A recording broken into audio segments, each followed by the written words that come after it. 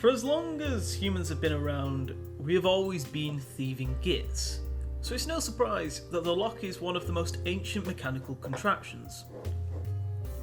I was lucky recently and managed to buy this beautiful old ward lock, and after doing some research it looks like the lock dates from Georgian times or maybe older.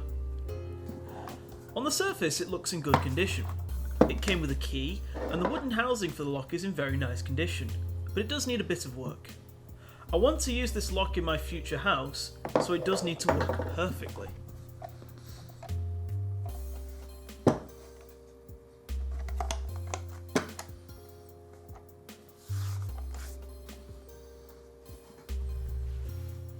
Taking a closer look, the problems really start to show. The first problem is that the key doesn't fit properly and jams in the mechanism easily.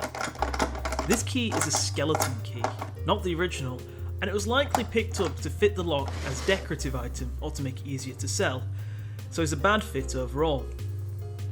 This means I will need to cut a new key that correctly matches the ward mechanism, so that's the first job on my list.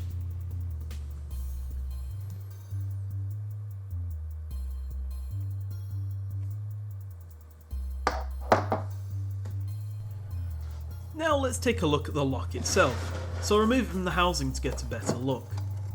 Considering its age, it's in surprisingly good condition, and the whole mechanism moves smoothly back and forth. The whole lock is handmade and hand-forged, likely by a local blacksmith many years ago. It's well oiled, and although the surface looks rusty, it is only cosmetic and doesn't affect the mechanism. There is, however, some damage that needs looking at. The most obvious one is a small strip of metal that snapped off near the lock bolt, and considering the metal surface, this happened many years ago. The other problem is that the ward housing is very wobbly and has a lot of play in it.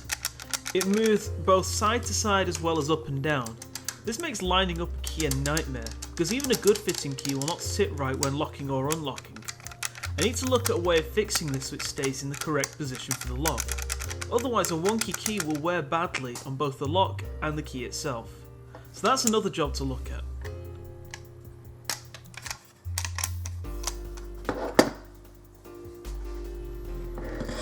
Finally, let's look at the wooden housing. This is almost certainly the original, and it's in very good condition considering its age. The only damage is the small split where a nail once was, and also a small part of the wood appears to have been replaced in this corner, likely because the original had been nobbled off at some point in the past. It needs a little work to make it presentable, as well as a minor modification to permit servicing of the lock. Originally, the lock was nailed to this housing, as seen by the bits of nail left in it, but I want to replace these with small screws, so that I can remove the lock and service it occasionally. The wood has also been painted at some point, so I will sand back to a clean wood finish, and then stain it a dark colour to bring out the finish of the wood.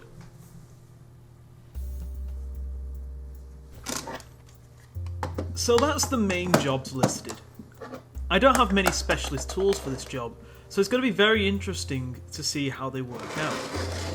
I'm going to be working on creating a fitting key first, as this will allow me to reliably test the lock without the risk of jamming it. So that's the work I will do next episode. Thanks for watching, and I'll see you next time. Bye bye.